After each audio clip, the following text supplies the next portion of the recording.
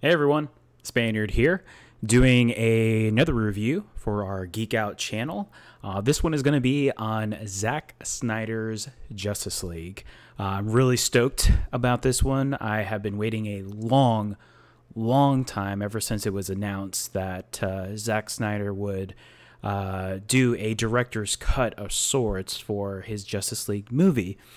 So this is more of a visionary tale of the movie we saw a few years back, which unfortunately felt very rushed, felt very inaccurate, and the story didn't come together.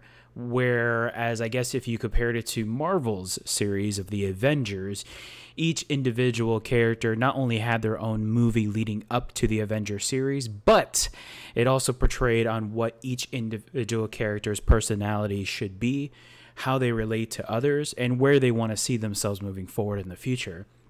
So, you're probably asking yourself, well, how could this happen in a 4-hour movie? Well, it does. From beginning to end, Zack Snyder's Justice League just works. It really develops, especially early on, a foreground of how this movie is going to be laid out. And pretty intelligently, it's done in 6 parts.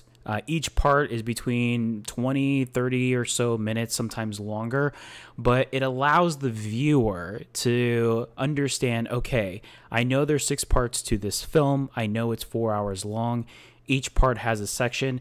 I was literally watching a book, and I loved it. I hope that other, maybe not director's cut, but other longer movies that need to be told in this kind of story outline take this sort of route. I loved it. Don't know if you could do this in a theater sense, but as far as a home, cinema sense, it worked perfectly. Now on to the movie itself. There's more action, there's more storytelling, and probably my favorite part about Zack Snyder's Justice League compared to the old is it allowed characters that really fell flat, like Cyborg, The Flash, and most importantly, I think Steppenwolf. I think that was probably the biggest disappointment in the last movie. This movie did them all justice. I know that was pretty corny, but it is how it is. I really love how they gave Steppenwolf a purpose. It really made him feel not only recognizable as a villain, but also stand out. So from beginning to end, you understand why Steppenwolf wants this redemption, wants his honor in order to impress and show off to Darkseid. And it is just done so well in the sense of not only storytelling, but Steppenwolf's character himself. You see him gradually start getting more darker, more sense of purpose, more anger to build up to what he ultimately wants, is to be seen. And I mean, I think that relates to a lot of people, which makes that a very, very awesome villain. I think the armor they did and the CGI is freaking amazing. I love that he looks so badass. It made him look more, I don't want to say villain-like, but I would say more of a threat. Because the old way that they had Steppenwolf was definitely more in the Marvel sense. Now, you're probably wondering what I mean in that. Justice League as a whole, even DC, as far as these characters and the way this was meant to be portrayed, is in a darker tone. Marvel's always been that very fun, but very, humorous and serious moments to make for all good qualities of film. You can take anyone to go see it. But with Justice League's characters like The Dark Knight, Batman, Aquaman, Aquaman in the Sea, and then Wonder Woman, you want to see a bit more darker theme, and it does it here. There's more blood, there's more action, there's way more violence. I mean, there's a beheading, for sakes. And there's just a lot of quality to go into this film.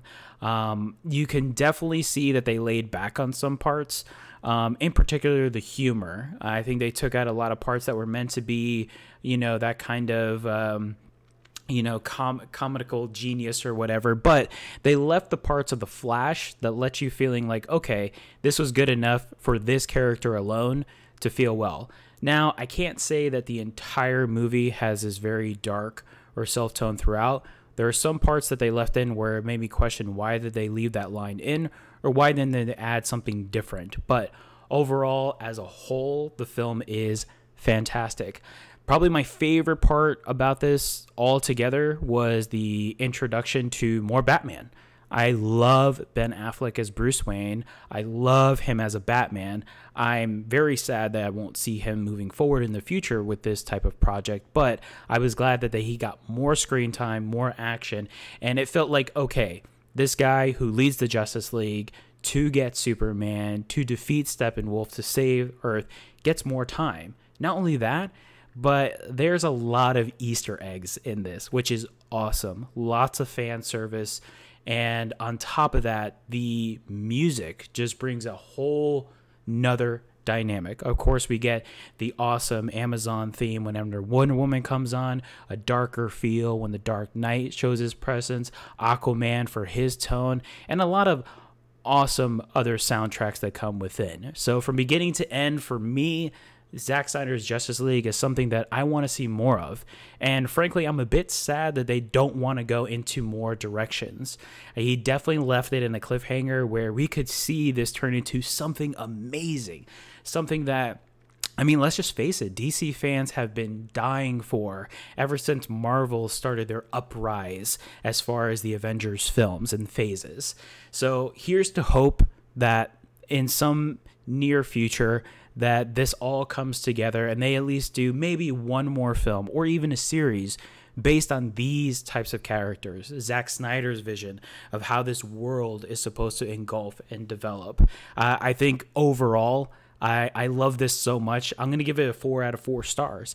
I really enjoyed it. I think if you have an HBO Max account, you'll absolutely adore it. And to be fair, because it was shown in IMAX, so it has the bars with the 1331, I believe, section where the bars are now on the side, I felt so much more immersed. I thought it was going to bother me.